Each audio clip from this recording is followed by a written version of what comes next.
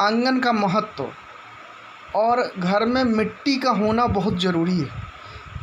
चूँकि आंगन का महत्व ये है कि हमारे घर के चारों तरफ में कहीं न कहीं चापाकल होता है, या आज के डेट में मोटर्स आ गए हैं, तो एक्सट्रैक्शन के लिए पृथ्वी से पानी खींचने के लिए, तो वाटर कूलर नाम दे सकते हैं उसको, मोटर जो खींचते हैं पानी।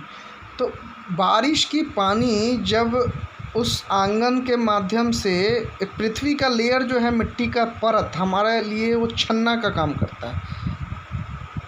छन्ना जिससे चाय छानते हैं,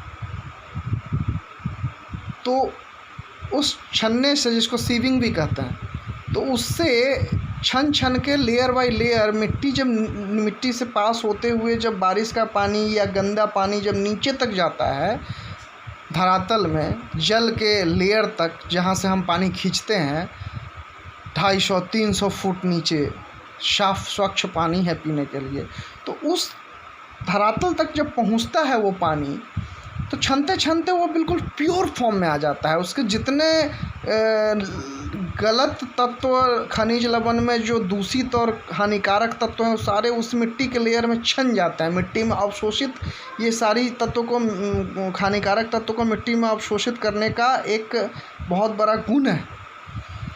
तो नीचे स्वच्छ पानी चला जाता है, फिर उस पानी को हम खींचते हैं। तो आप सोचिए कि अगर पूरे घर में, पूरे कैंपस में टाइल्स और मार्बल्स आपने लगा दिया, प्लास्टर कर दिया, अगर बारिश का, नाला का और जो भी पानी आप यूज करते हैं, जो भी पृथ्वी के ऊपर आप छोड़ते हैं, वो छन छन के एक लेयर नीचे तो जाता है ना, फिर उसी पानी को आप खींचते हो। तो अगर मिट्टी घर में नहीं दिखेगा, तो मिट्टी के आसपास जो आपने वाटर कूलर या चापाकल लगाया है, वहाँ तो पानी फिर नीचे मिलेगा नहीं। अगर आप जाने रोक दोगे, मार्बल लगा दोगे, टाइल्स लगा दोगे, तो नीचे तो जाएगा नहीं पानी।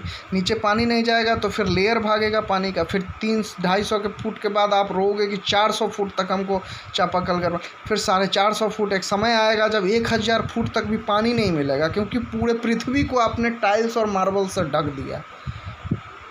रोड बन रहे हैं, उसमें भी आपने हर जगह, चलो जो ज़रूरत की चीज़ें हैं उतनी तो होगी, लेकिन आंगन का महत्व घर में हमारे ऋषि मुनि पूर्वजों ने बहुत ही सोच समझ कर दिया था। और उस आंगन में जो तुलसी का है पेड़, वृक्ष, पौधा, जो नारायण का एक सूचक है, नारायण की पूजा उनके बिना संपूर्ण नहीं होती।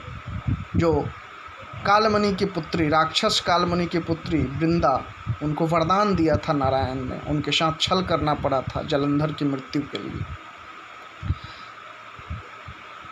तो उसकी एक अलग प्राचीन प्रसंग है।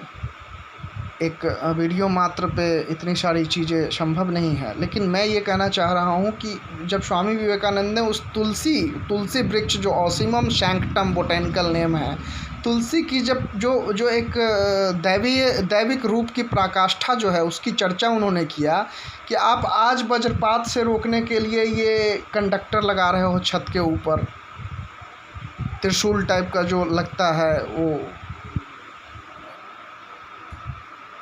हमारे आंगन में जो तुलसी है, वो ऑटोमेटिक, अगर घर पे ठनका वज्रपात होता भी है, तो तुलसी में ये शक्ति है कि वह अपने कैप्चर करके, वो अट्रैक्ट करके, और स्वयं के जरिए वह जड़ से होते हुए धरती में समा देती है, गर्भ में ले लेती है।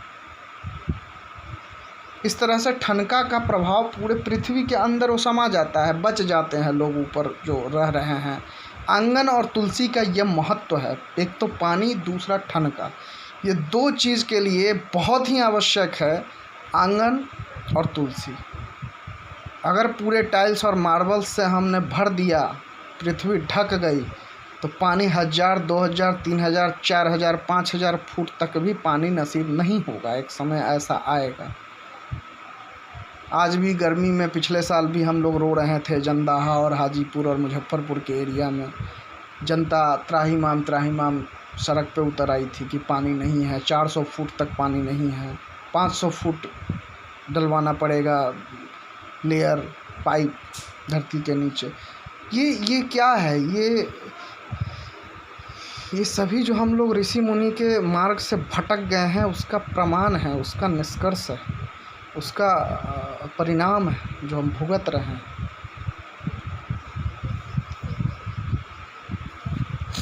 जय हिंद।